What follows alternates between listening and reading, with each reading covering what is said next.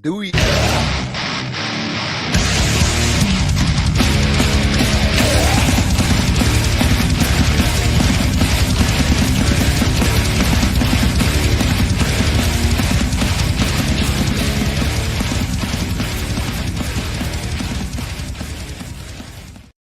Hey everybody, what's going on? Welcome to another episode of Heavy Metallurgy Album Club. I'm one of your hosts tonight. I'm Marty. It's good to see everyone filling in the chat. Yeah, it's good to see these fine young gentlemen that I congregate with every week. Let's start with this fine young fellow down here. Kellen, how you doing? Doing all right. Happy to be back here on Album Club. Jim's back home in Florida, so no longer the side-by-side duo up in Michigan, but Nope. Yeah, back to the routine. So doing well. Like everyone's kind of been, it's very warm here, so pretty intense. It cooled off. We were super hot up here, and then it's like 73 or 4 today. It's amazing. It's been miserable though. It's like not go outside or die type of stuff. Yeah. Yeah, I had my running all weekend long in the 90-degree heat was pretty intense for me. So I'm happy to be indoors and relaxing. Tuned in on Saturday to catch the Saturday's Slay crew. Yep. Talking about some records. And I might be doing something this weekend. I don't know, but nonetheless, things I've been spinning. So this is partially inspired by the Saturday Slay crew. I think Eric pulled this record out. But this is Stargazer's last one, Psychic Secretions. This isn't necessarily the Stargazer that I grab, but I might be doing something this weekend that was sort of I got a potential invitation to participate in a podcast, so we'll see. But cool. So pulled this out, and this podcast would be focused on sort of progressive music within extreme metal. So I kind of did a little bit of a dive into that stuff. Started with some prog rock.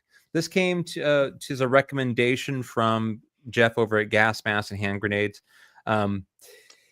Chase to the Edge. Yes. I was sitting I think I was in Cincinnati looking around at some Yes records, and he's like, yeah, I was filing through. I have no real background with this band. So he recommended this one. I pulled this off to do some prog rock, but then sort of I went to my shelf to grab some metal stuff that I might want to talk about. One, we covered this. I think Marty chose this one for Album Club, but I immediately grabbed it. This is Sentenced, North From Here. Mm-hmm. So if you have not heard this record and you want to hear us talk at length about it, there's an episode on Heavy Metallurgy for Album Club on that one. Great record. Here's one super complex record, but I love this band. Most people don't talk about channeling the quintessence of Satan when they talk about Abigor. That's why they started to lose me. The shit just started getting super crazy. But I thought a good band and album to talk, if you want to talk about like complex and sort of where potential progressive influences in a less obvious way. I guess this would be an album of discussion. So grab that as well to potentially talk about this upcoming weekend. But that's what I've been spinning. Right on. Logan, how you doing? Doing pretty good. Well, basically second what everyone's been saying. It's hot, it's humid, it's nasty, but hanging out with Rick and the Saturday Slay crew people was a lot of fun. Marty, you were there. It was fun, right? Yeah, had a good time. Yeah. Rick did a good job corralling the cats, and we kind of we got it all done in 7 hours. Wow. So I'm gonna start the what I've been listening to. Calling back to that. This is my 2019 pick for a good album for the last 10 years. It's actually an EP, so I was cheating. Suffering Hours Dwell EP. This is like 20 minutes of just off the wall death metal brilliance. This is actually my favorite thing that Suffering Hours put out. Like the guitar riff work in here is phenomenal. It leaves me speechless every time I listen to it. And at only 20 minutes, you can listen to it a lot, which I also enjoy. It's just one long song. I love how they build it up, break it down. It's phenomenal album. Just recently got this in the collection, so been excited to talk about it, as you can tell. And then outside of that, I try to, with these picks and with preparing for album club, I try to be professional. And I listened to Creator again. I had a great week. But no, I try to get immersed into the scene that we're going to be talking about at least a little bit. And with Glam, I hardly ever listen to this stuff, so I actually have been listening to it a lot over the past couple days. I kind of put off my homework until Monday, but my way of getting into it was Skid Row's "Slave to the Grind." Some people will say this is not like a true proper Glam record, and yeah, I mean I agree with it. It's heavier, maybe it's more a product of the early '90s than it is of the era that we're about to talk about, but. I mean, this is a phenomenal pissed off album. Still there's too many ballads on it, and it's a little cheesy at times, but tracks like Monkey Business, Slave to the Grind, Get the Fuck Out. Great album for the most part.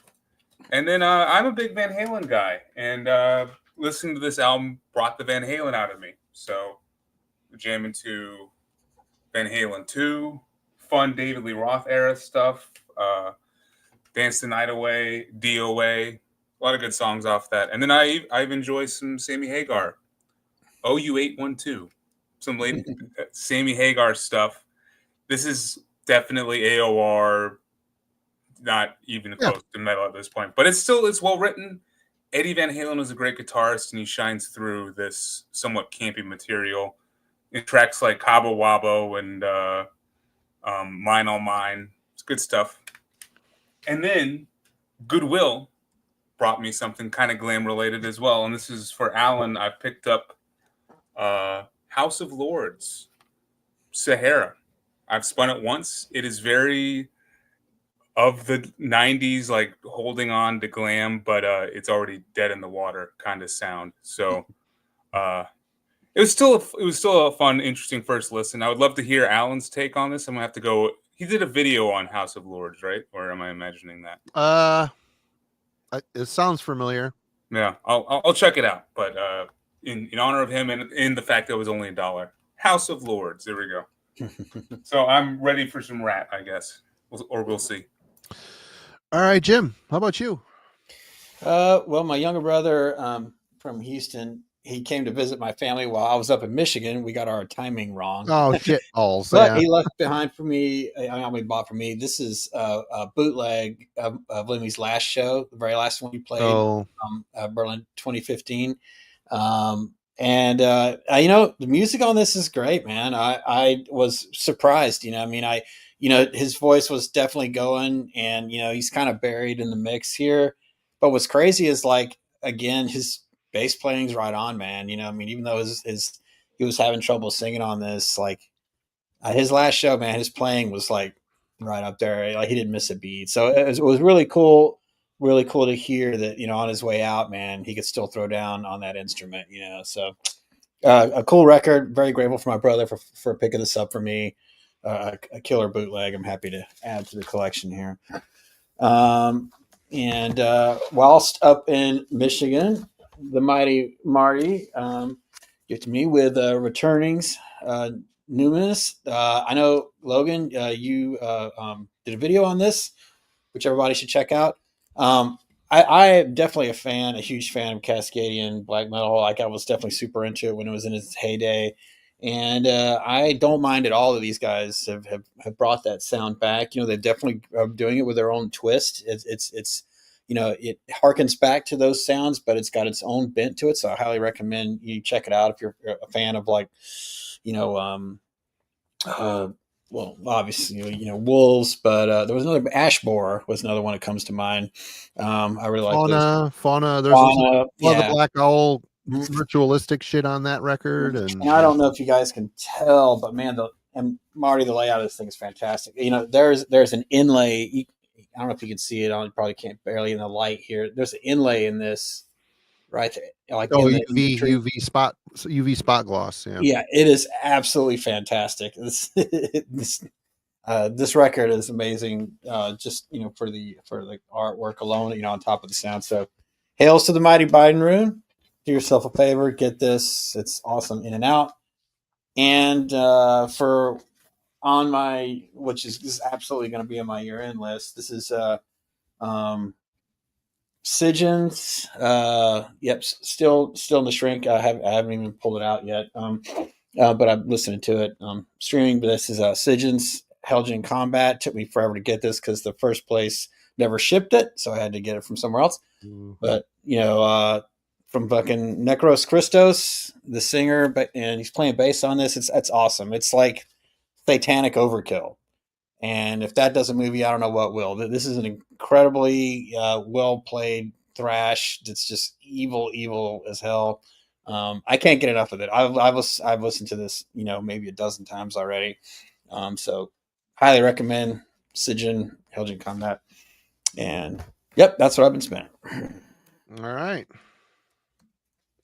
Oops, sorry. I'm going to finish my thought here. Okay.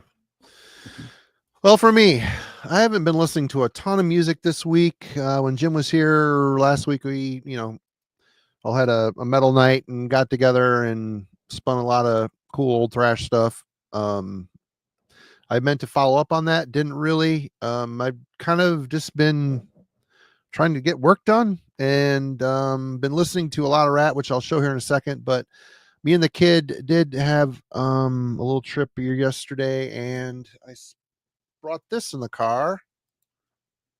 If I can get it loaded up here. Place Vendôme, Close to the Sun. It's the fourth and final album from this project. It is at this point it's basically Dennis Ward from Unisonic and Pink Cream 69 and Michael Kiska on vocals. And Dennis Ward's kind of gone on to, he's like a producer. He's won a couple Grammys. I mean, he's gone on to do bigger things. He's involved in the new Halloween record. But I heard Kiska was in this project, and I bought all 4 of the albums and was a little underwhelmed for the fact it's just kind of straight up AOR. I was expecting a bit more, I mean, I love Unisonic. I mean, basically the first Unisonic album does have a definite AOR slant to it, but it's super, super well done. So this is kind of like the precursor to that. It feels like, the band just on the edge of breaking in, getting Kai Hansen involved and going forward and making Unisonic. But, listen to the kid. There's like a handful of really good songs on here. Of course, Kiska sounds great. It's just kind of mellow and kind of flat level the whole time, and there's no peaks and valleys. It just feels like an AOR record. It's not bad, it's not great. It's my kid liked it, and he's like, it's Kiska singing. It's not gonna suck. I'm like, yeah, you're right. He's right. But I'm gonna go listen to the other 3 here at some point. But basically from there it's just been Ratt.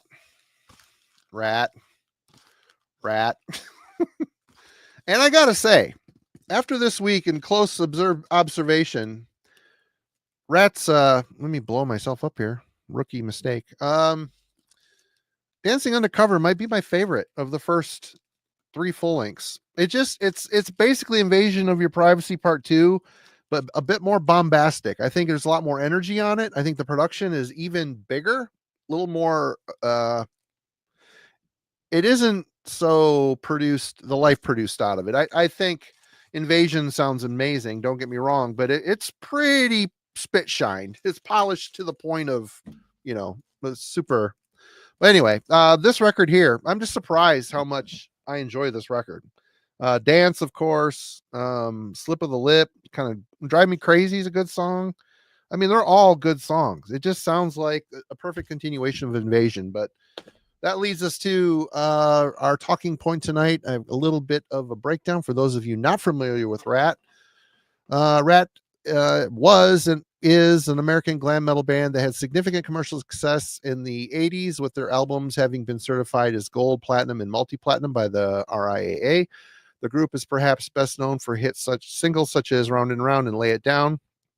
Tracks that are ranked on Billboard's top 40 at number 12 and number 40, respectively, as well as other songs such as Wanted Man, You're in Love, and Dance, along with bands such as friendly rivals Motley Crue. Ratt have been recognized as instrumental in the formation of early 80s Los Angeles glam metal scene, also known as hair metal or pop metal. So yeah, and this is their second full-length album. It came out in 1985. Kellen picked it. So if you are saying, why are these guys covering this crap? Send all your hate to him. But yeah, Logan, I mean, I think out of all of us, you're the one that were most curious on what you thought of this. No, believe it or not, it's actually it's fun to play up a dislike or a potential negative opinion for the show, for the drama, right? You know, Glam does have a spot in my timeline. Getting into hard rock initially, and you know, early more commercial metal, I definitely went through a Motley Crue phase and Guns N' Roses and Skid Row and a fair amount. Oh, Tim is pulling. Honestly, Tim is going to be the one I'm most curious about. Oh, I think you just summed it up pretty nicely. There we go. Yeah. I mean, so I definitely have the ability to appreciate a glam album, you know, but oh man. It's been a bit though since I've bothered trying to check it out, and it's not something that I would naturally ever pull these days. Like, it's something I kind of have to be forced to listen to. Like, if I have a friend who I know likes the stuff, or it gets pulled for an album club, I'll put it on. But yeah, no need other than that. I probably haven't listened to a Motley Crue album in a couple years, outside of Shout Out the Devil. I feel like that's a exception. And then that would be it. So this is my first week listening to a full Ratt album and really trying to get back into glam a little bit. As I said, I did a lot more homework other than just Ratt, and it was an interesting experience. I'm kind of happy that this is the victory lap, though. I will be honest with you. First impression, I believe it or not, I had a sigh of relief when I heard the guitar tone for "You're in Love," because it opens up with that guitar tone, and immediately I was like, "Oh, thank God!" It's like it's a kind of got a bit of an edge to it, yeah, and it feels a little bitey and like, you know, it's no Poison, it's no hell, it's better than even, you know, Dokken was kind of sounding at a certain time and place. So just hearing that, I was immediately like, oh, that's fine. And then song after song kind of sat in that similar routine of like, you know where it's going, verse, pre-chorus, chorus, do it again, little bridge, bigger chorus to, you know, round it out. And then that's it. And that's basically the whole album. There's some variation, mainly mid-tempo, though there's a little variation in there. But I will say after the first listen, I picked up on a lot of different songs. And, you know, even though it was impeccably polished and, you know, I guess immediately digestible, it was also enjoyable. So I could see why this was as big as it was and why it became a huge success and why Ratt was a success back in the day, even on the first listen. My question for myself, though, is would I still like it at the end of, you know, the album club on Wednesday? Would I have gotten tired of listening to basically the same song written 10 different ways? So we shall see. All right, Jim. So wait, first impressions, right? Yeah. So yeah, Ratt was definitely one of my first introductions of what we can say is, yes, glam metal, but still, you know, metal of some kind. Like, you know, I was 11 when this came out, but I was actually a big fan of Out of the Cellar when that came out a year before. So I was in Germany at the time, you know, and then I heard, I was just friends with this kid on the bus, and, you know, and I, you know, had already liked things like, you know, I was already like, you know, I liked, you know, Queen and stuff. And, you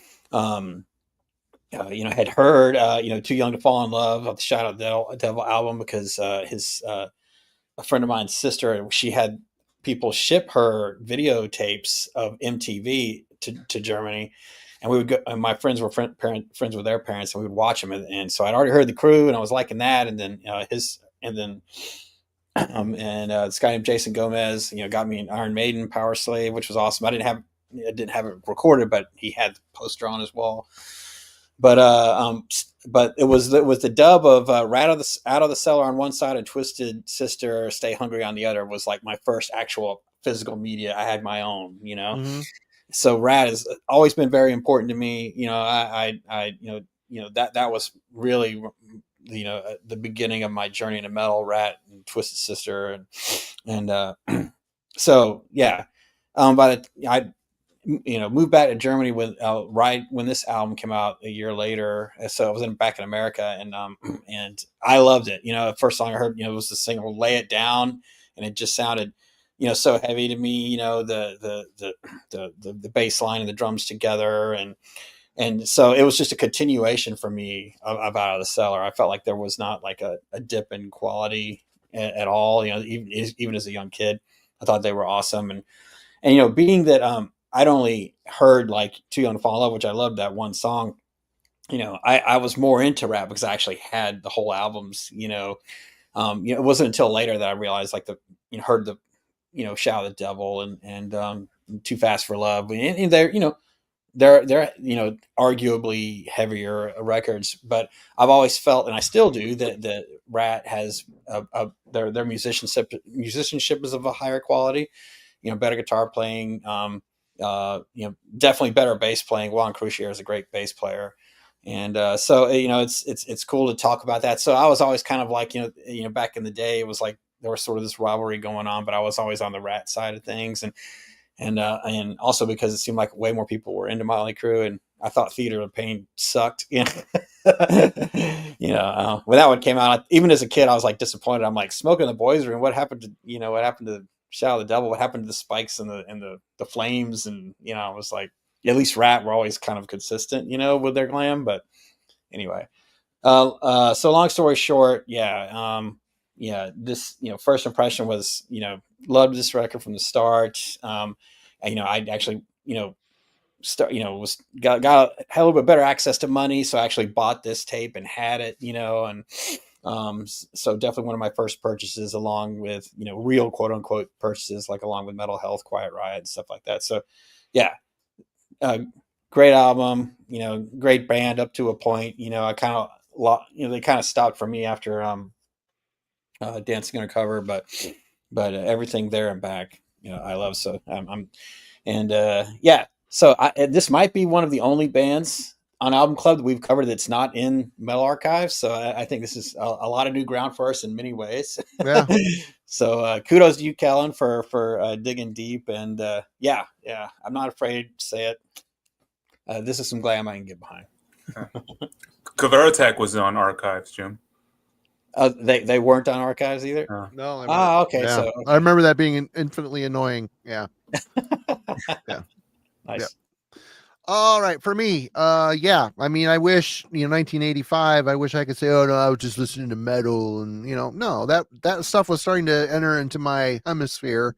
But, thanks to Columbia House, send in a penny and you get 12 tapes. My parents had that subscription, and, my parents, they were in the country, but they'd let me get some tapes too. And I got all the Ratt stuff on tape, and I liked them better than Crew.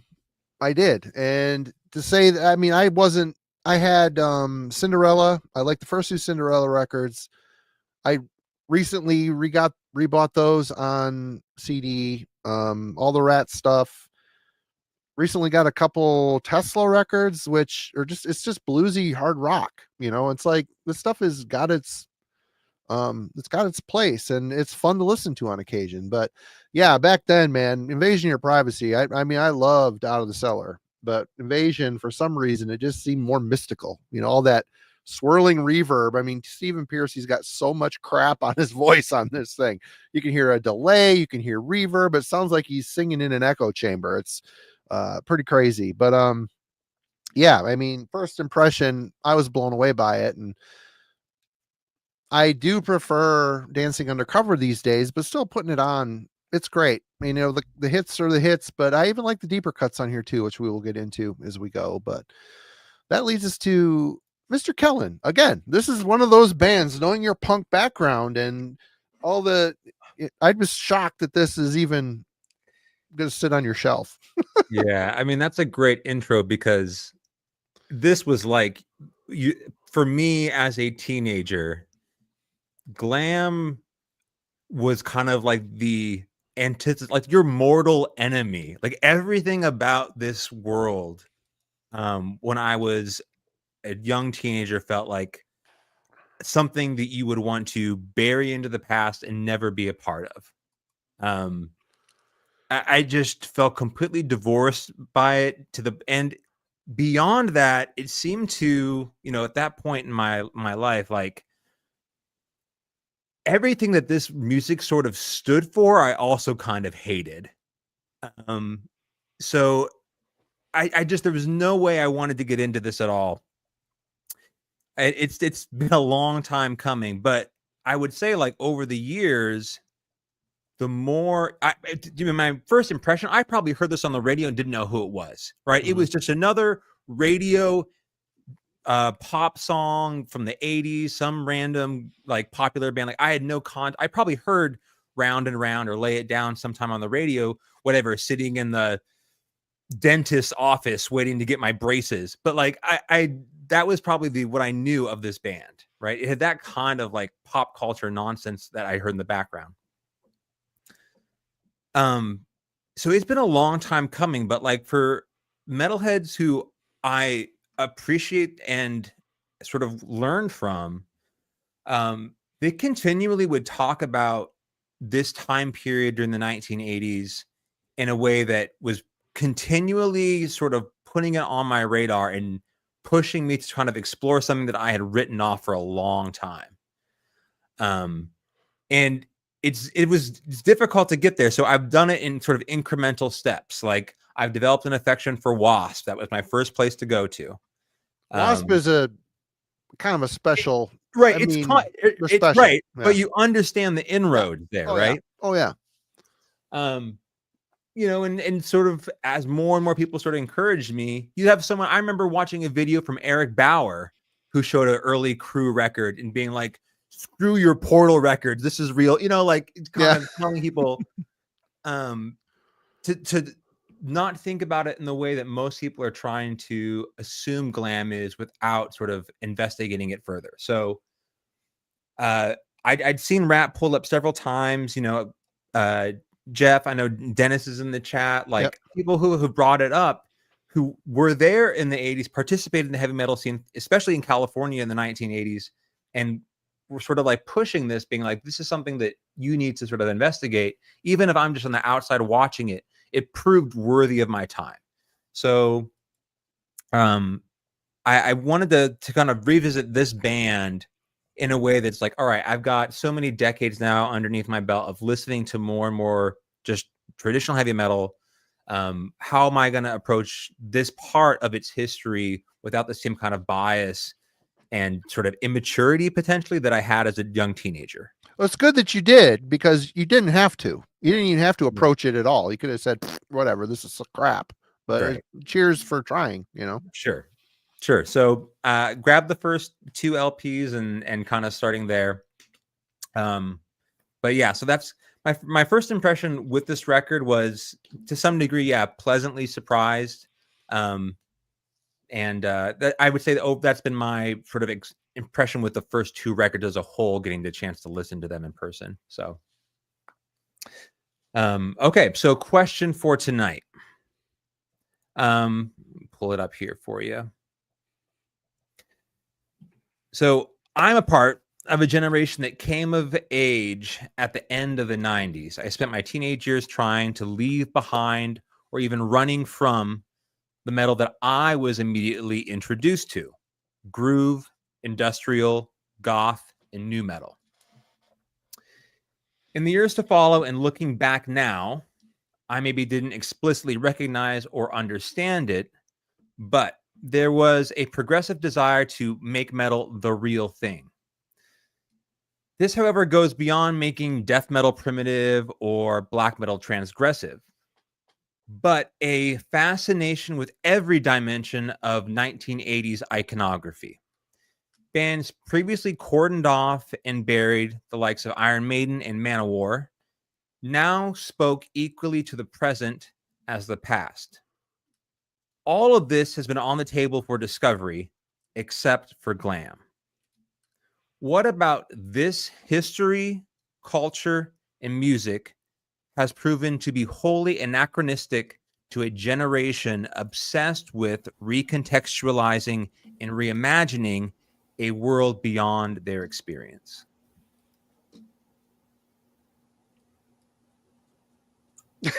Logan. I had to look up I can't even say it. Anachronistic. I have to get out my $5 word dictionary. It means obsolete. It means obsolete. I had to look it up. It means obsolete. So like, yeah, I get it. I get the question now. But for me, glam was never a part of any kind of underground scene. I mean, maybe it was for a couple months, a year. I don't know. I mean, for at least for a little bit. But when it blew up in 1985 in this era that we're going to be talking about. It certainly was not. It was the mainstream of 80s culture. There had to be an underground of it, though. You knew there was some fat guys that just looked really crappy in spandex and put on really shitty makeup and never made it on MTV. They might have rocked.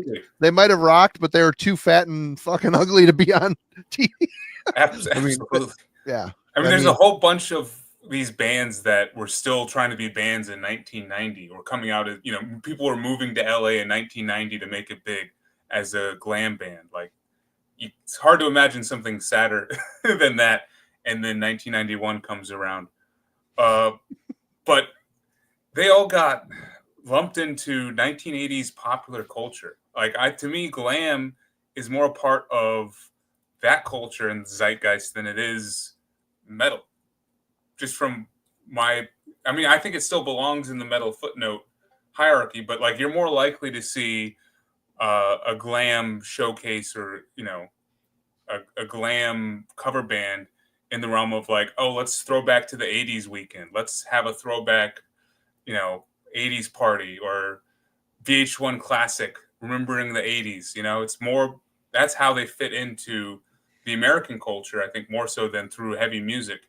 And let's just face it, they're the enemy of underground metal, just back to thrash. Like, as soon as I got into like kind of thrash and I heard about like the stories of Exodus fighting glam metal guys, what Dave Mustaine called glam, his little nickname for it. And then just story after countless story about it. It was kind of, to me, meant to be left in that era and meant to be more of a footnote in 80s American culture, more so than a footnote in metal culture to me. So that's kind of where I approach it. And I think it's no different than other subgenres that have, risen in popular culture and, exploded overnight and then disappeared overnight. Look at grunge, look at nu metal. It's all has the same, rise and fall story where it builds up a couple people, takes a whole bunch of other suckers along with it for the ride. And then at the end, the record execs are the ones with the hefty pockets. And a lot of other people are, the majority of the bands are dashed upon the rocks with like drug addictions and, owing a bunch of label money and stuff. It's an interesting story. There's a bunch of good documentaries and stuff about like this era of music, which are, highly recommended so I think to a certain extent, there's no desire for people who are at least of my generation to kind of recreate what glam was in the 80s, just because it wasn't the underground. It wasn't an outsider culture. It seemed like an insider culture. I mean, these dudes were, getting pussy. They were proud of it. They were getting money. They were proud of that. They're getting crabs, not happy with that. Crabs and yeah.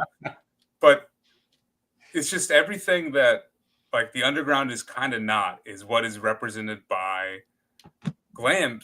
And I know that's what you mentioned in the beginning, Kellen, with what you thought of the genre. And I mean, maybe that's still where I'm at with it. Like, I think there's a lot of great musicians here and a lot of great iconic songwriting, and I don't want to make it seem like I'm shitting on all of it, but the fact that this is rock and roll excess for the sake of rock and roll excess, you know, this whole style, and metal to a certain extent, I think is kind of against that, if you will. I mean, there's metal is excess in a way, but it's not like this capitalistic excess that I think glam kind of falls into. So, and this style of music really is a celebration of the excess. It is. It just is. It's a celebration of the flash and the, you know, larger than life and the androgyny and all of it. It's just it took that side that metal does prop up in a lot of ways, and it just ran with it. And it kind of put a mirror in front of, you know, of metal and said, this is what, if you take this element out of your underground heaviness, this is what it looks like. And that might be ugly to some people. Yeah. I mean, that's what it might ruffle people's feathers the wrong way, you know, and it did, and still probably does. So I didn't mean to interrupt you. I didn't mean to interrupt you. I think that's a good point to bring it up. And that I think it was almost maybe a good thing for what ended up happening in the 90s with all these extreme metal subgenres, that it got brought out to the forefront and kind of paraded around for everybody. Mm-hmm. Then everyone reacted, you know, and did the antithesis of what glam was. And we got, you know, all the more grungy and alternative styles of metal, but then maybe also like death metal and more extreme subgenres of metal as well, just because of the excess and over the top nature of glam being there. But I don't know if I answered the question or not. I know I rambled a bit, but I'll pass the mic. All right, Jim. Yeah, I mean, you know, Logan's right, you know, and to answer, you know, Kellen's question directly, you know, what has proved to be wholly anachronistic to the generation obsessed with recontextualizing. You know, I mean, you know, this generation, you know, tries to, I don't want to say try, this generation does, and I think it's a good thing, you know, attribute like a higher value upon, you know, like, you know, individual, you know, morality and stuff like that. And, you know, kind of like, you know, kind of the desexualization of, you know, men and women and where people are kind of like more judged on, you know, their character. I mean, that doesn't always, you know, take effect. I mean, we've got the Kardashians and all that, but, you know, I'd say that, you know, the metal community in general is definitely more that way and drifted that way. But back then it's all about, you know, it's sex, drugs, rock and roll, money. You know what I mean? There was no, there wasn't any real depth to it. You know what I mean? And you know, so, you know, it just didn't have, you know, like an intrinsic value. It was hard to call this stuff art. You know, it was, you know, when you watch like Decline of Western Civilization Part 2, I mean, they're all about, yeah, man, I'm going to make it. You know what I mean? It's all about making it. You know what I mean? Well, for 10 minutes they did. Yeah. And you know, and they did. And you know, whatever the goals were, you know, occasionally, you know, some bands would rise and make some really good music, even if it was like, you know, an indirect result of what they really wanted, which was fame and fortune and girls. And I think, you know, for me, for the, you know, Ratt and early Motley Crue was that, you know what I mean? And there's been others, you know, but for the most part, you know, once I, you know, started getting into heavier stuff, you know, moving into like 86 and 87, I started like realizing what real metal was. And I started turning my back on all this stuff too, though I never stopped listening to Ratt, man. And I don't care what anyone says. And, you know, I don't think anyone should be, you know, ashamed of admitting what their gateway band into a genre is. You know, I think you should embrace that. And, you know, and if you don't like it, too bad. But yeah, as a genre, you know, I started to see how damaging, you know, glam was to metal when I started getting into what real metal was. And so I wasn't shedding any tears when, grunge came around and started killing it off. I mean, I was already listening to sub pop bands like Tad and early Soundgarden and Green River, the pre Pearl Jam band, Mother Love Bone, stuff like that, as well as my thrash and proto death metal stuff and all that. So I didn't care when Glam died. But at the same time, there is, even amongst the trash, there's always going to be something cool. And I think that some bands were able to do that. And, even, even if it's just like, it may be a song or two on a record that was good. You know what I mean? Like, here they leaned into being a little heavier, this band or that band or whatever.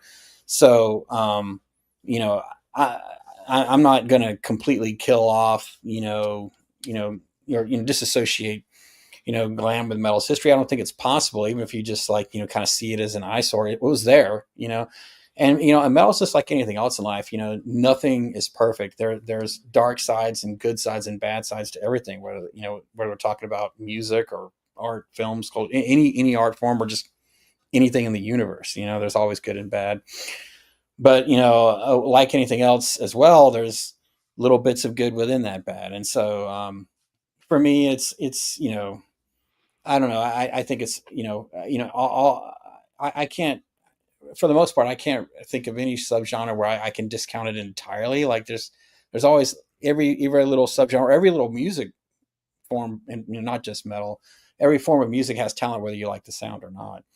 Somewhere, not in every group. So, but I definitely think back to Kellen's question. I mean, yeah, it's just it's hard to like raise up or develop like a sincere interest in this particular style when it does effectively represent, like Logan said, everything that we're against. Just kind of like music for popularity's sake, music just to get the girls, that kind of stuff. But even so, I do think that it's worth like digging a little bit deeper, because sometimes when you're out by a pool with a beer, man, it's great to hear some Ratt. Oh, look at that, man! I didn't mean to do that, but that's cool. I don't need mayhem when I'm on the beach. I think I'm good with some like loudness or even a little Dokken. So that's just me. So. Well, if I'm getting your question right, I think, I look at who was into this style of music when it was popular. I mean, a lot of women, okay? A lot of women, there's some dudes too. And those people they're about my age or older even. And how many of those people that were into the super commercial side are still very much, like a metalhead? Most metalheads, I mean, the ones that I know have been kind of lifers and are still, I mean, I'm going to be 54 tomorrow. And it's just, I still want to listen to this music. It's the heavy stuff, the evil stuff. And I think a lot of people that were super into the glam stuff have moved on with their lives or passed away or, gotten older and don't think about it. They might pull out their tapes on occasion, throw it on for a nostalgia trip. And I think the new school today, I think the hatred for this style of music is generational. For some reason, it's passed down like alcoholism. People just don't want to admit that they like something so utterly out in, showing the extremities and the highlighting all the cheesiness, but then you get bands like Steel Panther who are, every time I come across a Steel Panther live show, I watch it because they're super talented. They're playing the style perfectly. They're poking all kinds of fun at it. It's a completely sarcastic for fun, and it's a comedy skit. It's like all these three things converge. Steel Panther makes it okay to like these songs, and they, their lyrics are even worse than the cheesiest lyrics ever in the glam, and somehow it works. But you don't see a big glam revival for the reason of, I think, the generational hatred that glam got. And I'm not gonna sit here and say yay, I wish it would come back because I don't care. I really don't care. I'm completely fine with my Ratt records and my 2 Tesla albums and my 2 Cinderella albums. Oh, and how can you hate Whitesnake? I mean, Still of the Night or Slow and Easy. I mean, they're perfect rock songs. They're so well done and produced and executed and absolutely like butter vocalist and great guitar work. And it appeals to the metalhead that isn't hung up with liking something that might be seen widely as cheesy or just, just dismiss it. That's probably why I'm suddenly back all of a sudden 100% on with power metal, because I've wrestled that demon and I'm fine with it. We're friends now. I dig it. So it's been, and I'm like Jim, I don't care. I don't care if people don't like it. I've always liked Ratt. I'm probably always going to like Ratt. I even like some, like the Detonator and Infestation records. They're pretty good. There's some good stuff on those records. I'm not saying drop hundreds of bucks and go get it, but if it turns up in a used bin or at Logan's Goodwill, they're worth a spin for $5, But I don't know if I answered your question, but I think that Glam never really made a comeback because it is seen, so many people look down on it, and for a lot of good reasons. I mean, it just highlighted the excess of the 80s that, was fun. It just seemed completely like a fantasy. Like these guys and these bands were living in a fantasy world. And you hear like these tour stories, like Warrant had to have their bus fumigated because there was a crab infestation. From all of gross, man. You want to think, oh, those are no, that's gross. Absolutely. Wow. Gross. But yeah, I don't know. I didn't answer your question maybe the way you meant it to be answered, but I think that it's not making a comeback, and it's looked down upon, rightfully so. But like Jim said, the talent is endless. The guitar playing, there's some good songwriting going on and some good musicianship. It's not to be completely turn your nose up at, because it did have its place in metal for sure. Anyway, go ahead. For me, like, I think at some level it suffers a little bit in the same way that thrash does, right? I think that's another genre that sometimes feels very much placed in the 1980s. And it's for the same kind of reason that there's a very specific kind of historical context that surrounds the genre. Because I think thrash later developed an interest in beyond things surrounding sort of Cold War politics, but also like violence and death and horror and so on and so forth. It kind of gained a little bit more legs, potentially, but I still think it's sometimes you hear a lot of thrash and you're transported to a specific time and place. And it's kind of a series of negotiation, specifically because the genre was so foundationally built on that sort of thematically associated with what was going on in the world in the 1980s in terms of global politics. With Glam, for me, it's like, to your point, the material excesses. But there's also, I think what is interesting for me is there is a kind of like nihilistic sort of, I don't care if I burn down the world kind of excesses to this music. And I do think in some way that reaches into part of what heavy metal's history is. And so it's interesting that, like, I do find 100% the androgynous look felt like they took Kiss, to a whole new place. The sort of sexualized, sleazy lyrics of Glam, there could songs from AC/DC about crawling in the backseat and having sex, whatever. It's like, let's do that, but let's make that's an entire genre. So I think that's some part of like the 1970s they sort of elevated, but I do think some part of this music taps into something that is eternal about heavy metal. And I think, from just by comparison, I looked at early Manowar records when I was, listening to Minor Threat and being like, are you kidding me? This is ridiculous. Me too. Now I love it. It's like, sure. But it's just, you know what I mean? It's like you grow out of those sort of preconceived notions, and you sort of, and speaking here as a generational difference, here I am over the past decade. Where I was going with that question is, we have seen a whole lot of younger people who have had no experience, that they didn't listen to those Manowar records in the 1980s, right? They didn't grow up with them, but they've sort of immersed themselves in that culture and tried to sort of establish that sound. Well, I've changed my mind about them, Devin, but nonetheless, I have too. Yeah. Sometimes people just need to realize that it's okay to have fun listening to music. Sure. Sorry, part of it's the fun, but I do think like that world of fantasy still has currency in a younger generation of heavy metal fans. So where I don't think the fantasy that Glam provided, because that was not a sustainable life. They burnt out, you know what I mean? Like that was not a reality. It was something that survived for a handful of years and it died. Yeah. But the fantasy, the lie that they lived during that time period, I do think is part of heavy metal, sort of the nihilism associated with it. I do think speaks to heavy metal culture broadly.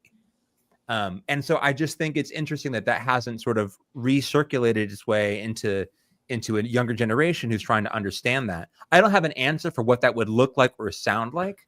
But I think it's just, for me, one, there's my personal bias I have with the music.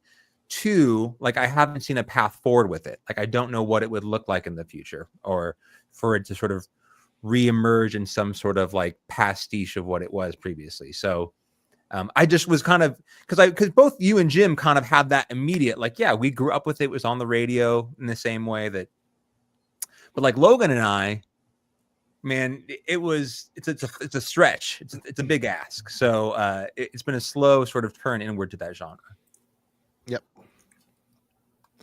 Great question, great topic, and we're an hour in, and we're still talking about the. It's cool. I like that nihilism take is an interesting one. I feel like they were almost naive, though. Like it's not like they were intentionally trying to burn the world down. They were just like a kid given a gun, basically. And right. Like I don't think they wanted to die or certain members wanted to develop drug addictions and it to end like the way it did, but they were just in over their heads and kind of hitting the do more button, And the burnout of it is very sad because like Robin Crosby. I didn't know the Robin Crosby story until today. I just read it earlier. I think he died at 42. Yeah. I mean, he was, the band kind of went haywire and he was addicted, and didn't he die of AIDS? I don't know. Yeah. I think he got AIDS, but he died of an overdose. Right on. Yeah. But it's just when the party's over and you don't know what to do, you've been playing all these arenas, touring around the world, having just throngs of women thrown at you. I mean, bands like Duran Duran, how the hell they came out of it on the other side and still are making good music and still relevant today. Look at like the Reflex or, that whole 80s era. Good God. It just had to be an absolute madness to be all these young dudes thrown into this hive of screaming women. And, it was kind of the same for the glam era too. And some genres could endure the years, some couldn't. And, anyway, if anybody has anything else to add, now's the time. If not, we're going to move on to musicality and composition of Invasion of Your Privacy. We'll start with Jim. Yeah. So there's no denying that Warren DeMartini he's just a great guitar player, man. He was like 18 or whatever when he joined the band. They ripped him out of like college, to tour with them or whatever. And he was actually just about to quit when they finally got signed. So a good thing that he didn't. Robbin was like the riff writer, but Warren, his like lead playing and, harmony lines and stuff like that, I think really sort of elevated their sound. Made the riffs very interesting with his like, Eddie Van Halen twinge style, which was, definitely prevalent at the time, but I think Warren like did it better than most, he kind of like stuck to like Eddie's heavier side for the most part. And, though, riff wise, the blues is in there. There's a lot of like, muted picking, and Ratt as a rule, but definitely on this album too. I mean, You're in Love starts with that, it's like weak sounding by, quote unquote true metal sounds, but it's still, for like, what is essentially really hard rock, but with a tinge of metal, it's as heavy as you can get in the 80s and be on the radio. So, it was a great intro to the song or to the album, and it kind of continues from there. I mentioned already earlier, Juan Crucier, the bass player, if you listen to his bass playing, he's really got skills. He really locks in, with a drummer, and they provide like a really kind of thick backbone to what, could be otherwise a much weaker sound. And their work, as the rhythm section, really propels and makes even more interesting, like the riffs that are going on behind Stephen's voice. If you really pay attention, there's a ton of cool bass playing there. And when you look, especially like, Lay It Down, like that song wouldn't be nearly as cool if you didn't have the and then him riding over it, and then following along with the toms and stuff on the fills and stuff like that. It just makes it a lot better. So these guys, they were really great musicians, and again, I always felt like they were, superior and just, just straight talent in playing, like over their, peers in Motley Crue or what have you. But one thing that's interesting about Ratt when we talk about like Stephen Pearcy is like, I never really understood like what it was about his vocals. Like he kind of just sort of mostly sings to me. He narrates, but then he has melodic moments, Right. Yeah. He like, but for some reason, like it's just catchy and yeah, it works. I always liked it. It's unique. It's unique, but objectively listening to it, like, his vibrato isn't super great, his range is pretty limited. On their first EP, he like tries to do like a really high pitched scream there, and it just sounds kind of awkward. Though I do recommend that EP if you guys haven't heard it. It's definitely the heaviest thing they did. It's a really great sound on that. Yeah. Which Tawny also contains legs too, by the way. Yeah. I don't know how she felt about Ratt's on, but she's got on there, and also their appearance on Metal Massacre 1, great song there too. Yeah. So there's some cred for you. But yeah, compositionally, very strong. I do feel like the record starts to kind of drift on the latter half. I feel like the songs aren't quite as punchy, quite as powerful. And they get heavier though. They get heavier. They do. You should know by now is great. The chorus is really cool. They kind of drift down, in key, and then there's the cowbell riding along with it. I can't talk about these songs with just like laughing and smiling. I mean, it's silly but awesome at the same time. So yeah, overall, one thing I will ding them on, we're talking about music kind of composition, is, obviously, and this is true of like 99.99% of all glam metal, the lyrics are just dumb, man. I mean, first song, title, You're in Love. Second song, Never Use Love. Let's just do our first two tracks. They're only going to be 3 words, and both of them are going to contain the word love. Like that right there. If that doesn't embody what glam metal is, like that really embodies it. So yes, really stupid lyrics. So compositionally, hell yeah, I'm going to ding them for that. And I think, back to our original question, that's another reason why glam can't ever really come back, because that ship has sailed, man. It's sailed and sunk. To the extent you have to dumb down your lyrical composition, to that level. I mean, I think, your average 4-year-old with an iPhone couldn't even do that. I mean, it's just well, plus the times have changed, that feminism and all these other things. It's just, this isn't the climate for glam metal. No. I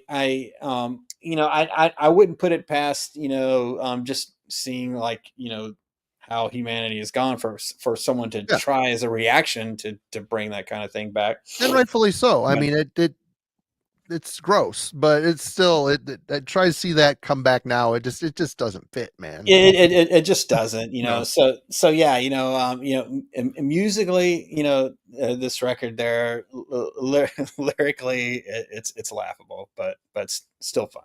Yeah. What are you gonna say, Kellen? I was just gonna say, like, I've got some Cannibal Corpse and Devourment records to show you. Like, Oh yeah. like, Oh yeah. Yeah.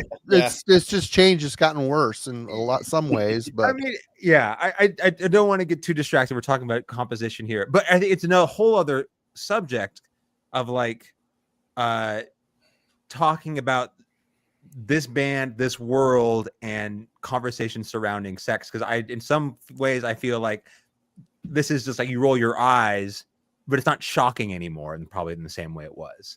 So I just that's a departure here. So yeah.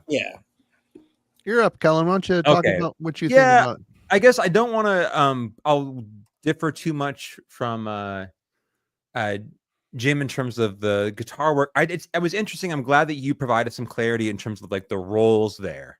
I didn't know if I was continually listening to one soloist throughout the entirety of this record, but the bass playing, I agree. Like I'll lay it down. It's the whole verse part of that is just really you have Pearcy and the bassist carrying that, and I think that's like a great, it's a consistent theme you find on some great heavy metal songs is like you have a really good just one riff and you introduce it and then you wait for the chorus to bring it back and you just kind of ride that kind of deal. But there are some other moments on this, like the closest we really get, we don't get like we covered Crimson Glory, and Transcendence. There's no Lonely here, right? There's no that kind of ballad. Probably the closest we get to it is Closer to My Heart. I love that's my favorite song on the album, to be honest. It's heavy. The main riff's heavy. It's heavy, but a little bit slower. I mean, this is a very pop-oriented record, meaning that the structures are not too complex. You're kind of waiting for the chorus to arrive. It sounds like, or apparently 4 out of the 5 members are jumping into the vocals here. That's a consistent element to their songwriting. Mm-hmm. So it just builds in that like, okay, we're going to play in a giant stadium and the crowd will be singing along with the chorus, kind of pop stuff going on. The backing vocals are a big part of this record. But there's on Closer to My Heart, you get like some interesting sort of keys, I want to say, join that song. We get a little bit of acoustics that jump in. So there's some added elements that give a little bit of, breaking up kind of the monotony here. I know it's kind of a pop record, but you're still waiting for them to show a little bit of dynamic flexibility, being somewhat of a metal band, right? Mm-hmm. I do want to point out there's a moment, I think, on is it Between the Eyes? Jim talked about the bassist here. I want to say it's that track, but there's like the closing moments of that. It gets a little bit more complex, and you hear the bassist take a quick little run. And I thought it was a cool glimpse into what potentially they can do if they weren't just trying to write these really kind of easy songs. But yeah, I don't have too much more to add. I will differ with Jim on this one. So, spoiler alert, my least favorite song here is You Should Know By Now. And then there's like the hand claps in. It's like, oh, one step too far with the hand clap, man. Yeah, the hand claps are tough. I do want to point this out though. Like, it is an interesting time period being a little bit potentially like retrospectively judgmental about this music, because you can hear that potentially more than thrash was so much sort of taking the following what new wave of British heavy metal had established and sort of running with it. Speed metal came along. I hear musicians that were so deeply grounded in the 1960s and 70s blues rock. And that's the one song that it really jumps out at me. Meaning that there's like sort of a divergence from like what heavy metal was by 1985 and what that song brings to the table. Because it's, the cowbell, it's like, this is straight out of people who were playing music in the 70s kind of for me. And I just mean to say, like, I think I'm here in 2025 being incredibly critical, being like, you should have been more like other bands in 1985. But I think it's more likely that these musicians grew up at a time period in which that was what they learned to play with. And the fact that that's not spilling into like their influences and some element of their songwriting style, I think is a little bit too harsh. So, well, it's my least favorite song. I can understand why it's here. All right, Logan. Yeah, good points all around. I will say I absolutely enjoyed listening to this album. And actually, I find it quite immersive, funny enough. Like, for most of the album, they feel very dialed in as a band, like a singular unit, writing these just catchy, kind of dark sounding pop songs, basically. Like, it actually feels like a concept album to me. I don't know. You could sell that this is a Ratt concept album. Well, if they're all about art, sex, about the art of the midnight hookup. It's envision this. It's 2 a.m. The main riff of "You're in Love" starts. You grab your car keys. You got a dime that is probably, you might have to talk her into it a little bit, but there's a chance. you hit the night. You go driving. By the time you get to her house, it's lay it down. You convince her. Boom, you're in. And a glimpse into Logan's dating life. That's the concept right there. And sounds like you just basically all the there Master is. Plan song off that album we did. Oh yeah. Maybe that was my issue with that. Well, yeah. Among others. But no, there's really not a lot of depth. Like, I love how immersive it is, and you can really feel the 1980s just cheese and sleaze vibe. But yeah, there's about 6 to 6.5 inches of depth on this album. I'll give them some credit, maybe 7 for some members. But they feel very dialed in, just with this singular songwriting approach. I mean, it starts off with the riff. The whole song comes in for like a measure or a bar. If they're feeling extra excited, they'll do like a little guitar solo. One of the two guitarists will, and then they'll go into the verse, then the pre-chorus, chorus, and then rinse, repeat once, do the bridge, and then, big chorus for the outro. And every song is like that. But a lot of them are done extremely well, and I'm honestly extremely impressed with the songwriting here. So much so, I wonder what it was like in the studio. Like, I feel like there was probably some outside pressure in there, reining in the guitar performances and stuff. Like, it's funny you mentioned the little bass outro, Kellen, for the Between the Eyes song.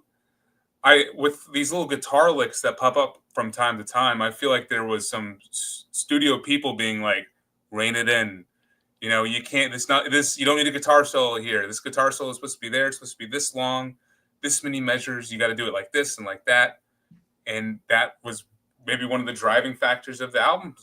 It just feels like it all is equally measured. I don't know. For example, you listen to like a Van Halen album, and the songwriting doesn't quite follow a trend or make as much sense. It's a bit all over the place. Like, they're just, making it up as they go on some songs. This does not feel like that. Van Halen had kind of a garage rock band vibe to him on that early stuff. And that might be why I enjoy Van Halen, and it feels so calculated in a way here.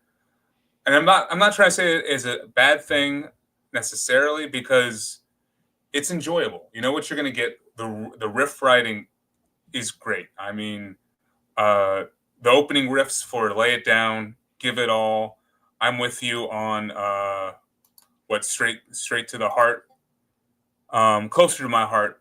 That song is awesome. That main riff is really, it's heavy, phenomenal. It's like a Sabbathy riff. How they build to the chorus.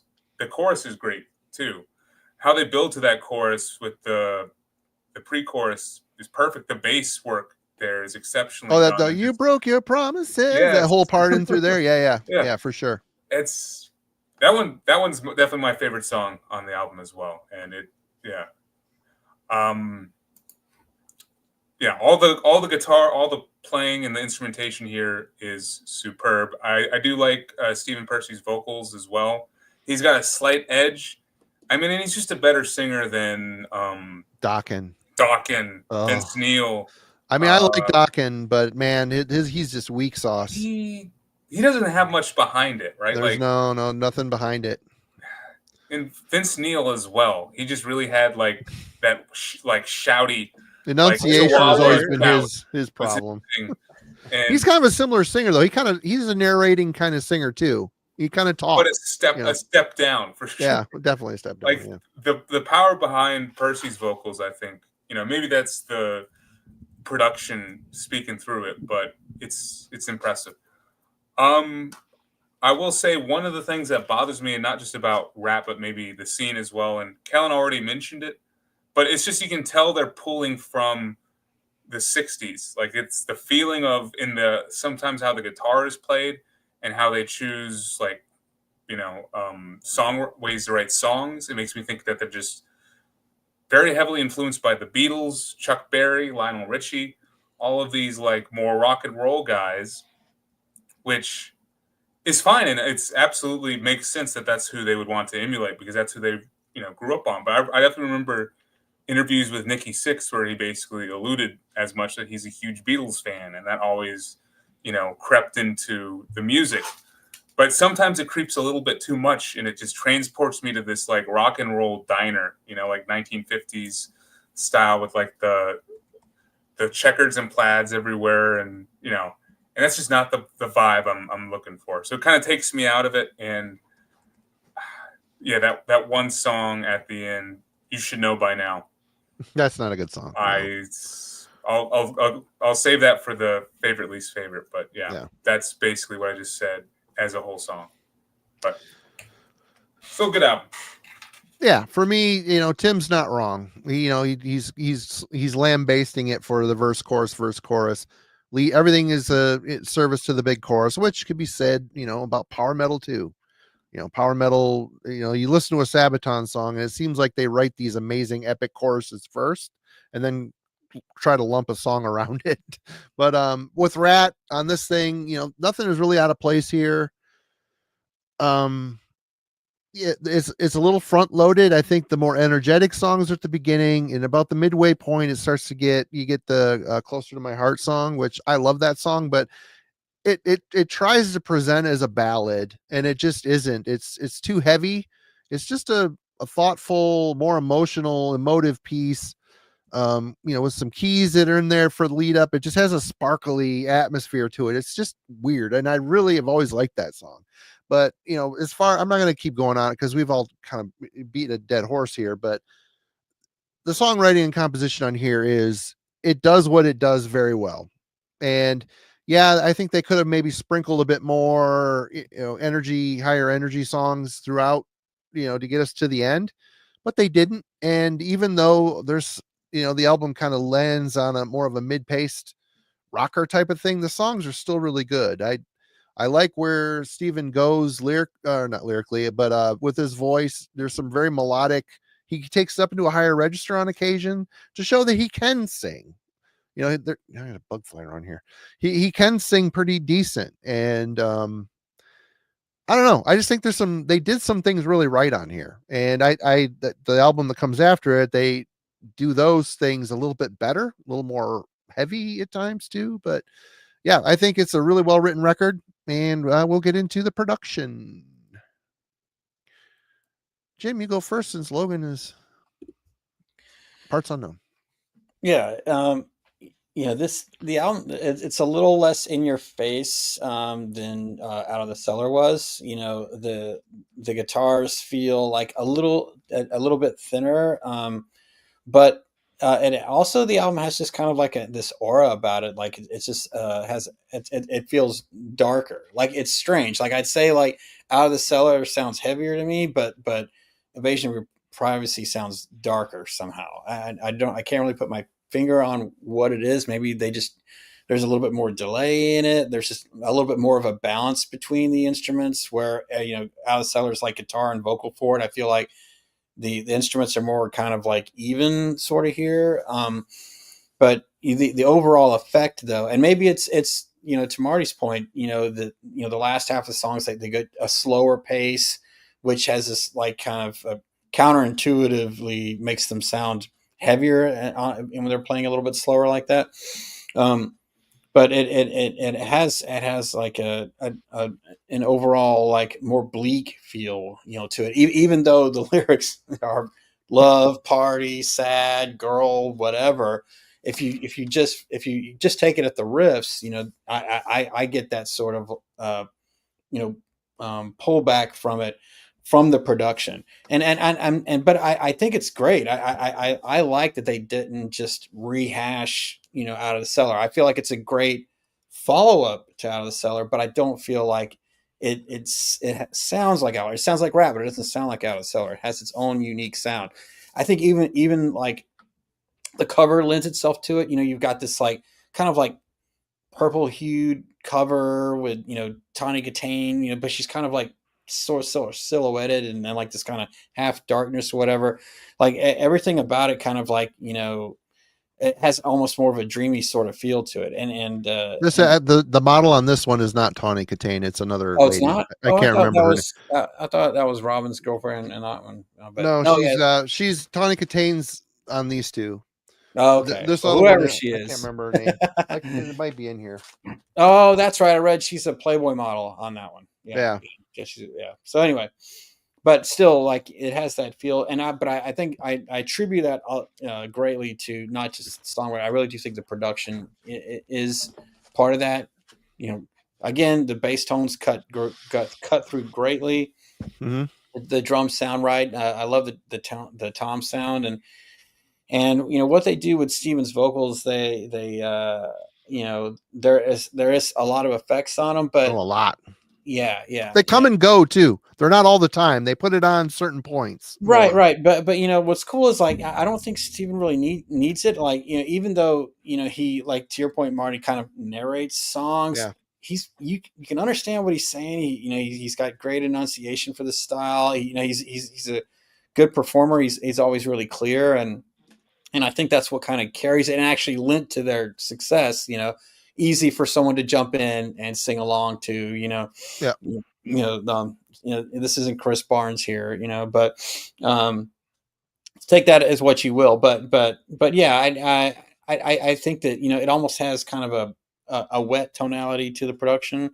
It doesn't have like a dry sort of tone. It sort of sounds like almost kind of underwater in a way, but I think it's cool as a contrast to what came before it. Like the first EP almost sounds like a demo. It sounds so raw. It's good too.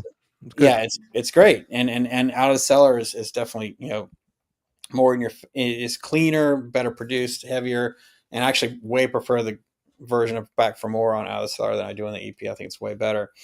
But they went a different direction production wise. It's a little more subtle somehow, but it works and it kind of gives the overall effect of the album a little more oomph, but just in a different way. So that's my take. All right, Logan. Yeah, I mean, for me, the production is a lot similar to just the overall performances of the individual musicians here.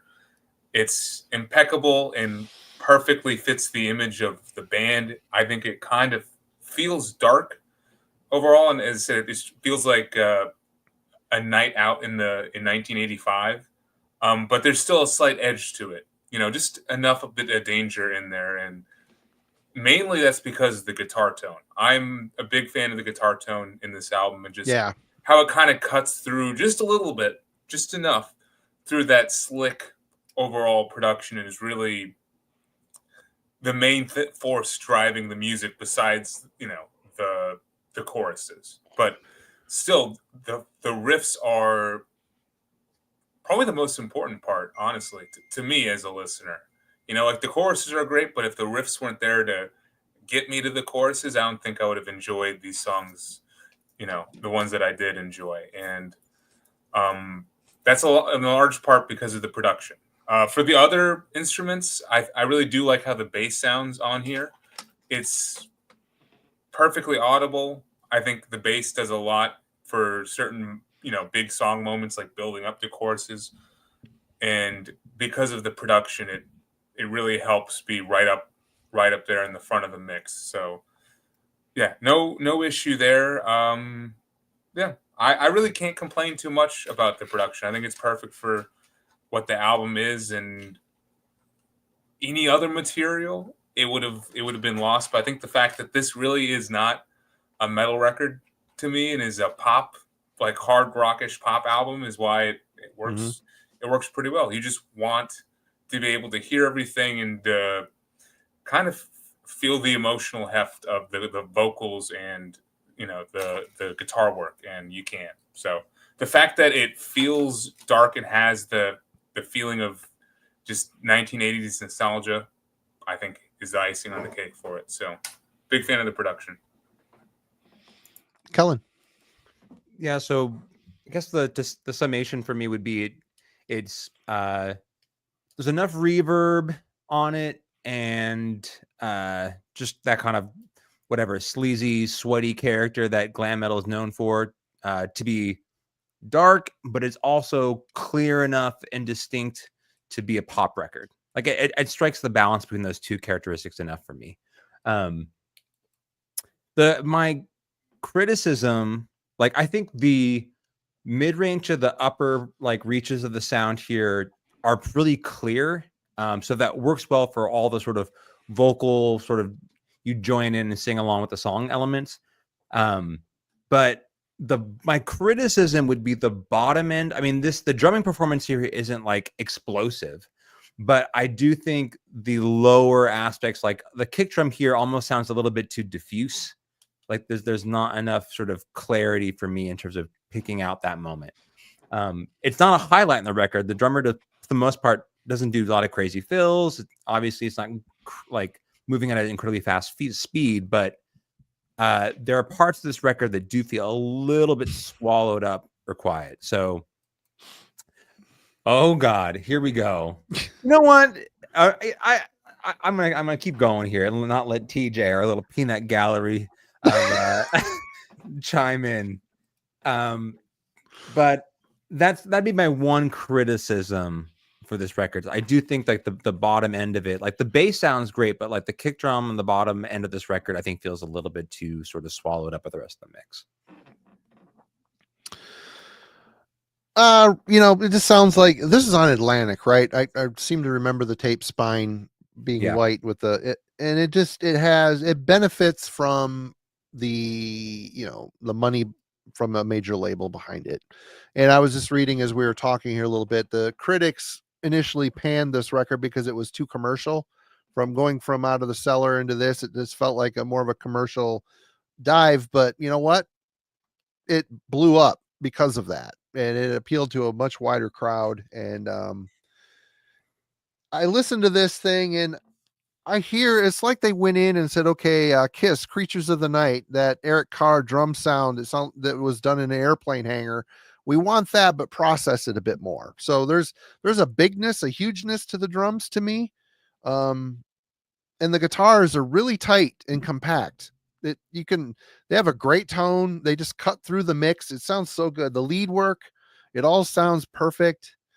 The bass is where it's supposed to be. And, Steve, we talked about, there's just so much, at times it's worse. I mean, I still like it, but you can hear a delay on his voice. You can hear a reverb on his voice, all the shit swirling around in the choruses. And you can tell, and then you've got on, Between the Eyes, you've got like this reverse gated snare hits. It's like they're in the studio, like, oh, let's throw some money at that. I mean, it's cool, but it's like, what's the point? It comes in at one point. It's like the drummer's in there. I want this to happen. Well, doesn't contribute much to the song other than it just makes it sound like a big studio with a lot of money. I don't know. I think that the production is really good.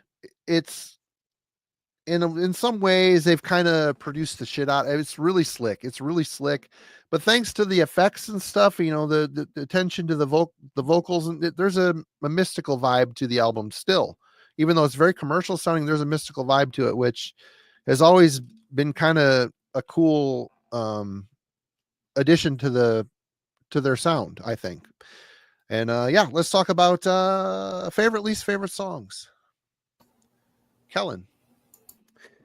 All right. So I do think the two singles here are, I mean, I would happily just, put this record on to get those two and get my fill of like what makes this album great.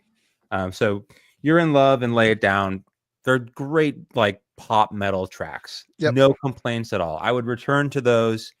They warrant more and more spins. If I were to pull this off the shelf, I would immediately recognize them. The ones that I did not see, we talked about Closer to My Heart. That's sort of a sneakier track for me. I think it's one that every time I was spinning this over the past week, I'd get to that one and it was like, hey, there's kind of a different vibe going on in this song. And I dig it as a change of pace. They don't have a good enough guitar player. Yeah. I also there's a couple of tracks. Let me pull up the notes here. The one, okay, I don't know which song it was when we covered. God, Jim picked a record a while back, and I just remember, I don't know which. I was the third record, I believe. Man, I was one of the early. Anyway, but I'm going with this is there's a song here that I think is an absolute joke song, but I kind of like it gets in my head and I can't help it. And it's Get Me on the Line. Oh my God. That is so ridiculous. The whole like phone conversation. And I would be like, this is the most ridiculous concept of a song. The whole like chorus. I like the chorus. Oh my God. Ready for the night. So yeah, but it's one of those songs where like if I was listening to it, I would hope no one turned it off, but I also wouldn't acknowledge that I was enjoying it. Like there's some level of like an actual like, man, this is kind of bad. This is kind of a really bad song. The whole like he opens up the phone. The entire track kind of feels like a 1980s sort of like joke song.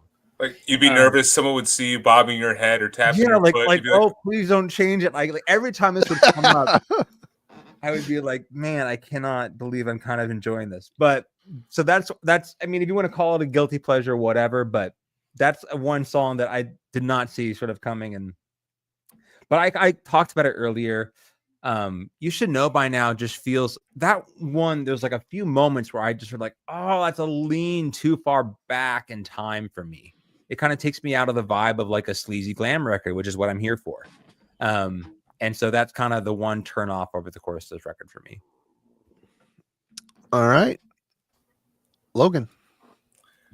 Yeah. So this album, I was able to pick out like my favorite and least favorite songs within like spin 2, which is impressive. Usually it takes me a bit, but it was fun being able to just immediately click with the songs and then just kind of go the rest of the listening time, just enjoying them versus trying to figure out what makes this one different than the other and vice versa. So that's a pro for Invasion of Privacy.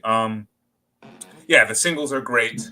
You're in Love is just a great opening song. Just the fact that it opens with that guitar riff and it feels like a driving, just momentum building track. Lay It Down, great chorus, even better guitar opening. And I think Give It All is a little bit like Lay It Down Part 2. So it's a bit of a step down, but I honestly like it just as much, maybe even a little bit better, because there's this like little guitar solo in the beginning before the first verse starts in Give It All, where it's just like the melodic vocal line. It's awesome. Pros for that. Let's see. Closer to My Heart is probably my favorite song on the album, as I already said. It's somber. It feels dark. I guess it is a ballad, but like there's a ripping guitar riff in it. So to me, it takes a step above the ballad, and I just love how it builds into the chorus with the pre-chorus. The other deeper cut, What You Give Is What You Get, I think is a great song. That actually might be my favorite chorus on the album. The What You Give Is What You Get. That's all I'm going to sing of it. But yeah, that song is great. And then we hit a wall with the track 7, the fucking telephone song. Kellen, don't worry. I'll come up and I'll turn it off for you. I'll flip the song for you. I'll give you shit if I see a bob in your head or whatever. I'll be like, why do you like this? Do you like this? Something about it with the phone ringing and like him being like, hello. And then, yeah, it ends with the guy being like, no one hangs up on me. That's what the guy says at the very end. I just can't. It derails the whole album experience for me. And then it gets even further derailed with my least favorite song and a song I truly just do not like. You Should Know by Now. The chorus is so hammy and campy, and it loses the edge and the vibe that they had building up to it, and then when it closes with the claps and the cowbell and You Should Know by Now. You know what? I'll take Devil Went Down to Georgia vocals any day of the week. Give me Devil Went Down to Georgia. And then the final song, I don't even remember, something like We're Dangerous or something. I'm lost. It's lost on me just because I've been derailed. So my least favorite are the final 3 tracks.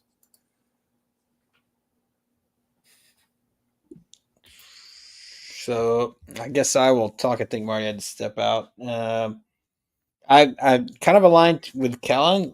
Absolutely, they picked the right songs for their singles, man. You're in Love and Lay It Down are just crushers, man.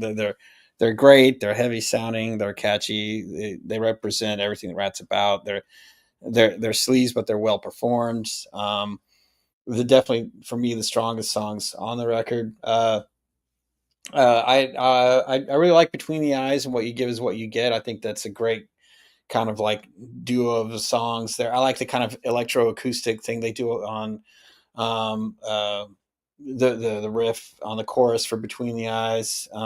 Closer to My Heart is a good ballad. Definitely some cool riffs there. For it being a ballad, it has a little bit of a haunting kind of a flavor to it, so that's cool.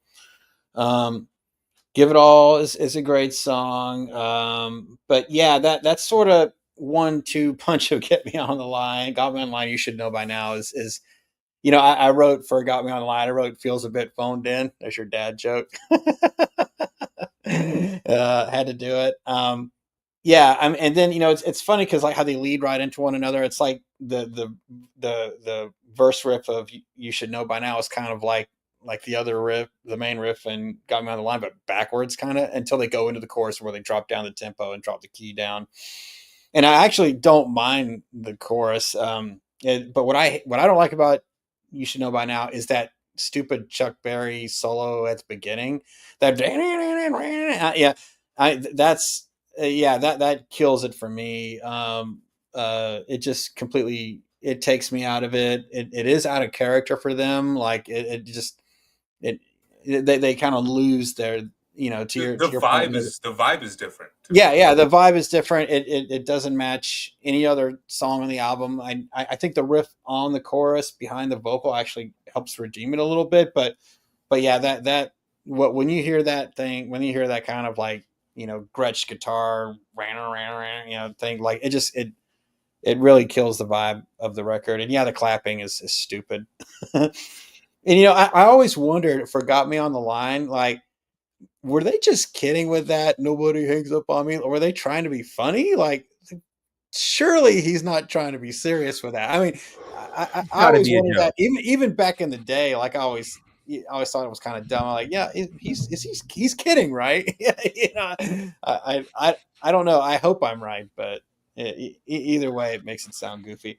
I don't mind Dangerous, but Worth the Risk. I think it's a decent closer. I like how when he's the riff is dun, dun, dun, dun, dun, dun, dun, dun. I like the kind of the ascension there on it. But when you start with something as strong as You're in Love, and then your third track is Lay It Down, I do think they could have ended with something heavier and faster. You know what I mean? But it's an okay, it's an okay song. So yeah, I think we're all in alignment here. That kind of, Got Me On the Line, You Should Know by Now, definitely a dip in quality, for the album right there. But I'm with Kellen. You're in Love and Lay It Down, man. Those songs to me are timeless. So love those. Whose turn? Is it mine? All right. Favorite, least favorite. Favorites are obviously the singles. You're in Love, Lay It Down. Never Use Love. It's just a silly but fun chorus. Closer to My Heart, they end side one with it. It's listening to it today, driving around with the kid. I'm like, God, this is almost like a Sabbath riff. It wants to be a ballad so bad, but it isn't. It's a lot heavier. and that mystical feel in the chorus. Very cool song. You should know by now is my least favorite. That's a song that sounds like it could have been on Kiss's Unmasked. Very poppy in a bad way, and it's kind of you should know by now. And then you got the type shit going on there, the hand claps and the cowbell and the oh no. It's at the end of the album, second to the last song, so it's kind of showing maybe that could have been on a single B-side. It would have probably gone better, but Got Me on the Line, What You Give Is What You Get, Between the Eyes, all three of those songs are all kind of mid-pace, but there's something in every song that it brings me back to it. It's typically the chorus, but there's just when Stephen goes up into the higher register, it's a nice touch because you get so used to him just kind of talking through these stories he's retelling. Dangerous, but worth the risk. It is an odd. They could have ended on with another, Lay It Down or something, or You're in Love at the end, but they went. It's more of a subdued banger, but it's a good song. It feels like a legitimate deep cut. I don't know. I think one song on here I don't care for. The rest of it is. I mean, we getting a reinvention of the wheel here? No. Are we getting something that's breaking ground or boundaries? Nope. It's just a good poppy hard rock record. And it's got the sound, the production. Pearcy is a very unique singer that has got a lot more character than a lot of other guys in this genre at the time. There's a lot of falsetto and a lot of higher pitch, type of stuff that I don't know. He seems like Ratt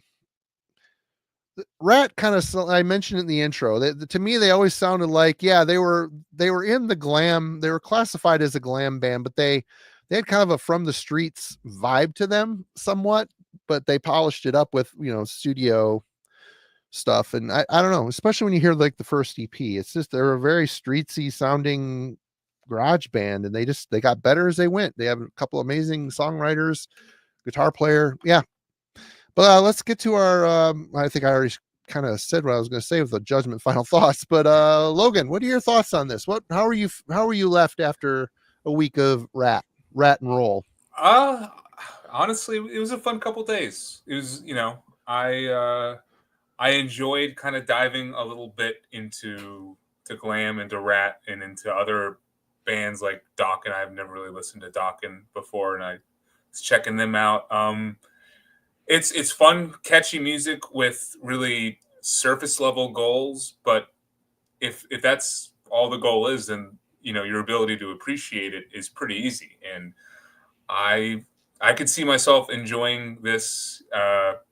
Jim, you painted a picture pretty early on, right? Beer, pool, Ratt. I'm in. Let's go. Let's hang out. Or just driving around the summer with the windows down, blasting the shit. I mean, seriously, it's got a drive around the summer with the windows down vibe to it. There is a time and place for this album with me, and it's not too many times or places because there's a lot of other like metal that I would also play poolside. Oh, sure. Yeah. Or drinking a beer for sure. But this one is it's cool also because it sounds so 80s. It's the equivalent to me for like watching Back to the Future, Breakfast Club, Nightmare on Elm Street. You can just envision like, the bedrooms of like these kids who would listen to Ratt and hang up the posters of Tony Catan and all, have the little record collection of, Motley Crue, Ratt, maybe the heaviest stuff being Dio or whatever. It's cool to have an album with that just kind of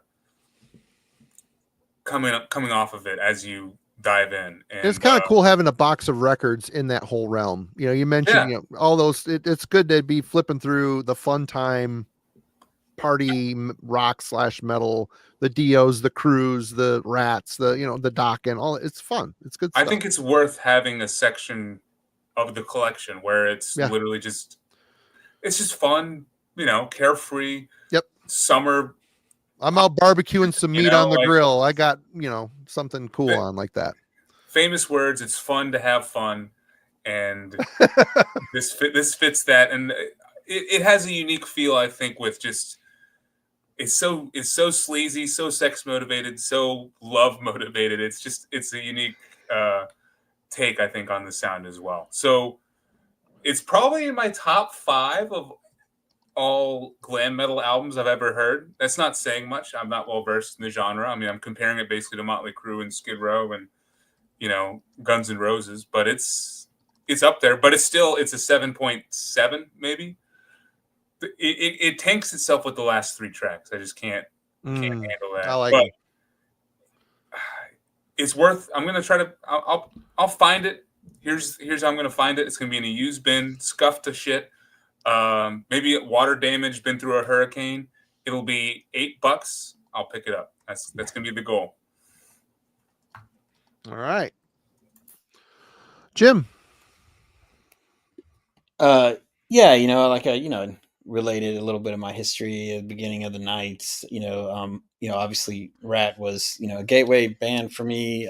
Even though they're more on the hard rock side than metal, leading me into I started getting deeper into metal from this, and so the band has always meant a lot to me, especially Out of the Cellar and this album, Invasion of Your Privacy. So yeah, man, I love this record. Yep, despite all its flaws, I still enjoy throwing it on. Yeah, the last the last few songs of the record aren't the best, but it's so strong for the most part. And for me, obviously nostalgia is a powerful motivator here. I don't think that if you're die hard, true, whatever you want to call it, culture, whatever, this is essential. But if you want something that's just fun and you can just like not think about it and it's just a good time, but it has a touch of heaviness to it, I don't think you can do any worse than any of the first 3 Ratt albums. And so for me, it's an 8.5. I love this record. And yeah. And it's not anything deep or introspective. It's not going to, open your mind up to a wider world or put you in touch with your humanity. But it is going to be a good time, and I love it for that. So yeah, good stuff. I'll let Kellen close on it since it's his. Yeah, for me, it's an album I had back in the day, and endless nostalgia for, and I think it still has a place today. I think, though it feels a little less magical to me these days because I like the album after it a bit more, I still really like the record. I still really like this band, and I'm still rooting for them. I know Steven's out there. I know Warren is back in the band again. They're out touring the fair circuit or whatever they're doing. And it's good music. It should keep getting out there live and entertaining folks, over by the cotton candy vendor, all that stuff. But I don't know. I really like this album. It's an 8 for me, for sure. And I have no shame in liking this. None. I don't mind this at all. It's fun. And like you said, sometimes it's fun to have fun. Kellen. Yeah. So a newer journey for me into this world, but I just have not been able to sort of completely come to terms or like accept this altogether yet. But I am continually curious about something, and I think it's difficult to listen back on a record with kind of like a retrospective kind of judgment. I think that it takes a whole lot more sort of investigation about the context in which it emerges and trying to understand that in a way before you really become, I think, too critical of a record. And I don't think I'm quite there with this. So I want to spend some more time with the genre. But beyond that, like there is a part of me that also feels increasingly like extremes quickly exhaust themselves. And I am equally as cynical, I guess, for like to hear in 1980 something, right? The same, to hear someone from the thrash scene be like, these are the posers or whatever. I've seen enough, Lars Ulrich photos in silk shirts to be suspicious of this kind of criticism, right? Like I watched that sort of fade out, and all the extreme heavy metal genres at some point, like during my time as a metalhead, have lost a little bit of their whatever magic. So I feel just as kind of critical of others genres as I am of glam. In that sense, I feel it's kind of unfair to look at it in a way where I would so completely dismiss it without trying to investigate it further. So yeah, I will. I'm happy I picked these up. I will spin them over the course of the summer, and it's not. I don't know what the next record is going to be because I feel like I'm running out of solid options here and recommendations. But maybe the chat will let me know here at the end. So. All right. Well, with that, we conclude our discussion on Ratt, the first glam album for the album club. And whose pick is it? It's either Jim or It's Jim's. Right on. Let me get you up here. There you go. Cool, man. This is a game time decision. I got two in my hand, and I just don't know which way I want to go. All right, I'll let you guys help me with the genre. Do you want some black metal or do you want some death metal? Because it's one or the other. You pick whichever you want. I don't. Either way. That doesn't help me. You can hit the other one next week. The next pick. All right. Let's see. I'm leaning towards death. If that, you know. All right. Thank you, Logan. I needed some help to decide. So, all right. It's time, man. It's time. It is time. Man. Yes. All right. Yes, it's time to do this. So for those listening, he picked Suffocation, Pierced from Within. Yeah, we'll be doing some New York Brutes Magoots. It'll be fun. Yeah, there you go, Kellen. A great record. And yeah, awesome. And that concludes it. Anybody have anything to add? I know Kellen's got something he's being kind of close-lipped about coming up. Yeah, so I have not been given, I guess, total confirmation. I know that this podcast may potentially be having a band on or potentially some other guests, but I got an invite last weekend from the Hate Meditations podcast to join potentially for a weekend. So nice. I might. I don't know if that happens over the course of the weekend. I will let everyone know next Wednesday. Right on. Sweet. Logan, how about you?